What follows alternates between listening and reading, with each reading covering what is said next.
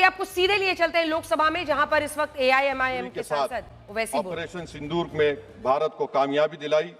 मैं मुसल्लह अफवाज ने पहले 9 दहशतगर्द ठिकानों पर उनको निशाना बनाया और सबसे मेरी नजर में जो दहशतगर्दी के दिल पर हमला हुआ वो भावलपुर का था और 6 एयरफील्ड, 3 हैंगर और 2 रनवेज को हमने तबाह किया।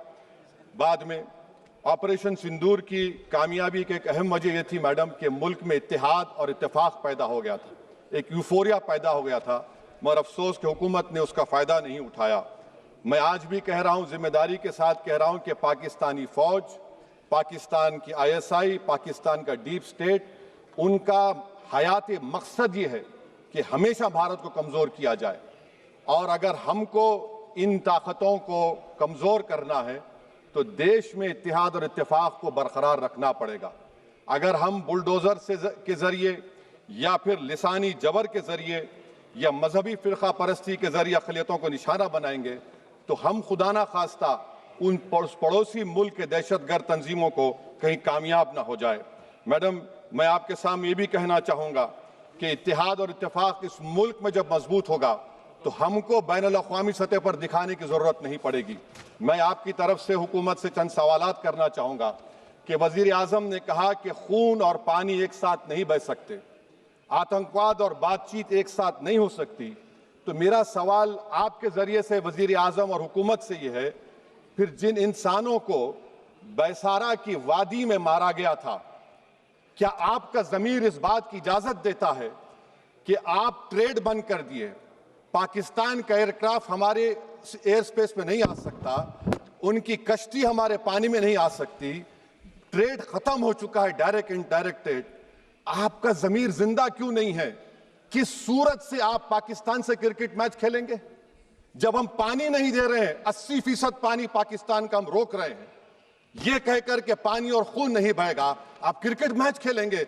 मैडम, मेरा ज़मीर तो गवारा नहीं करता कि मैं उस मैच को देखूंगा।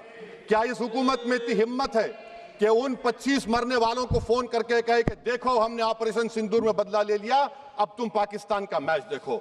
बड़ी अफसोस की बात है मैडम। मैडम, अकाउंटेबिलिटी किस पर है? पहलगाम किसने किया? 7.5 लाख हमारी फौज और सेंट्रल पैरामिलिट्री फोर्स है, ये कहां से 4 चूहे घुसकर हमारे भारत के नागरिक को मारे? अकाउंटेबिलिटी किस पर फिक्स होगी?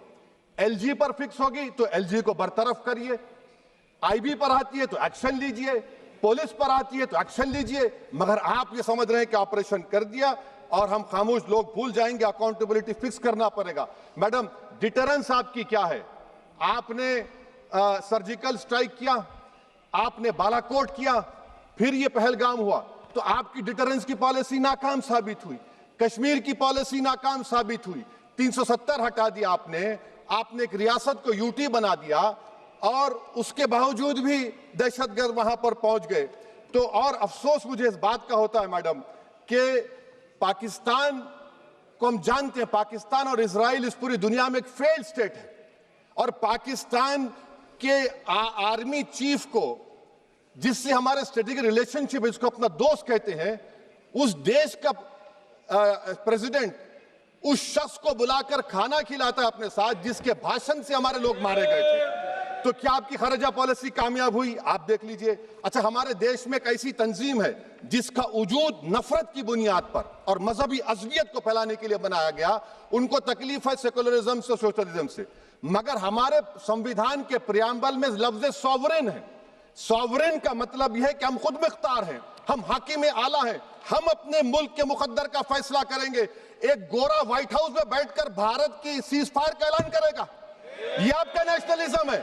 अफसोस होता है मुझे सर। मैडम, मैं आपसे पूछना चाह रहा हूं कि अगर एक चचा सैम ऐलान कर रहे हैं तो हमारी फौज पर क्या असर पड़ा होगा? हमारे उन पायलटों पर क्या असर पड़ेगा जो नहीं मालूम कितनी ऊपर आसमानों पर भारत की हिफाजत कर रहे हैं? वो नेवी का सिपाही जो समंदर में खड़ा हुआ है, उसको ये नहीं मालूम हो रहा है कि मेरा प्रधानमंत्री ऐलान नहीं किया, एक गोरे ने ऐलान किया। बड़ा ये आपके कैसा होगा ये? मैडम, मेरा सवाल हुकूमत से यह भी है कि हम कोई एडवर्सेरियल कंट्री नहीं है अमेरिका के लिए, हम दोस्त हैं, स्ट्रेटेजिक रिलेशनशिप है, क्या क्या एग्रीमेंट हमने साइन नहीं किया, तो क्या ये दोस्ती निभा रहे हैं? मैडम, मैं हिस्टोरिकल एग्जाम्पल दे रहा हूं। क्रुश्चेव और टीटो, क्रुश्चेव ने दबाव डाला, टीटो ने कहा मैं नहीं मानता, मैं नाम ज्वाइन करूंगा। मैडम, फ्रांस और यूएसए, डिगोल को जब यूएसए ने दबाव डाला तो डिगोल ने कहा कि तुम दोस्त हो मगर हमारी खारिजा पॉलिसी आजाद ना है। मैडम, वहीं पर आप देखिए गुजराल साहब, जिसको कहते सबसे कमजोर थे, वजीर आजम थे, उन्होंने बहादुरी का मजारा कि रिफूलिंग करने नहीं दिया। वियतनाम 20 साल यूएसए लड़ा मगर झुका नहीं, और हम उनको बोल भी नहीं पा रहे, उनको बोल भी नहीं पा रहे। हम तो कोई दुश्मन मुल्क तो नहीं है अमेरिका के, ये आपको समझने की जरूरत है। और मैडम, यहां पर वजीर खारजा ने कहा वो चीन गए, डिप्टी चीफ ऑफ स्टाफ ने कहा कि चीन के इक्विपमेंट एक लाइव लैब था हमारे उनके लिए। क्या आपने कहा चीन को कि तुमने क्यों दिया पाकिस्तान को हथियार? आप नहीं कहे। और मैडम, आप जानते हैं कि रक्षा मंत्री ने कहा कि स्विफ्ट एंड प्रोपोर्शनेट, तो फिर जो इंडोनेशिया मिलिट्री अटैचे ने कहा कि हमको कहा गया मत मारो, हम सेल्फ डिफेंस में भी नहीं मार सकते थे पाकिस्तान को। और अगर आप ट्रंप के बयान को गलत कह रहे हैं कि 5 एयरक्राफ्ट नहीं गिरे, मैं यकीन करता हूं आपकी बात का। आप हमारे पायलट्स को कमेंट करिए ना, हमारे पायलट्स को कमेंट करिए कि हम अपने पायलट्स की तारीफ करते हैं, आप वो भी नहीं करना चाहते। मैं हुकूमत से जानना चाहता हूं मैडम कि क्या फ्रांस ने हमको सोर्स कोड नहीं दिया जिसकी वजह से हमारे एयरक्राफ्ट को क्या नुकसान हुआ? अब मुस्तकबिल में आप हथियार खरीदेंगे तो क्या आप सोर्स कोड हासिल करेंगे? और मैडम, मैं आपको बताना चाह रहा हूं, मेरे सवाल का जवाब हुकूमत दे। हमारे पास सैंक्शन जो स्क्वाड्रन है 42 है, 60 साल के बाद सिर्फ 29 काम कर रहे हैं। पाकिस्तान के पास 25 हैं, चीन के पास 50 से ज्यादा हैं। 11 साल से आप सरकार में हैं, सबमरीन नहीं है, थर्ड एयरक्राफ्ट कैरियर कहां पर है आप बताइए। और मैडम, FATF में लाना पड़ेगा आपको। अगर आप विश्व गुरु हैं तो हम आपको चैलेंज कर रहे हैं, आप G7 के कंट्रीज को, GCC को और चचा सैम को राजी कराइए कि पाकिस्तान को, मैडम खत्म कर रहा हूं, FATF में दोबारा लाया जाए। मैडम, ऑल पार्टी मीटिंग हुई, देखिए कितना कॉन्ट्रडिक्शन है केंद्र सरकार में और स्टेट सरकार में। ऑल पार्टी मीटिंग में था, केंद्र सरकार ने कहा कि नहीं, बैसारन मिडोस पर तो कोई जा ही नहीं सकता, जून से पहले इजाजत लेना पड़ेगा। बाद में हमको मालूम हुआ कि साल भर खुला रहता मिडोस सिवाय बारिश और स्नो के।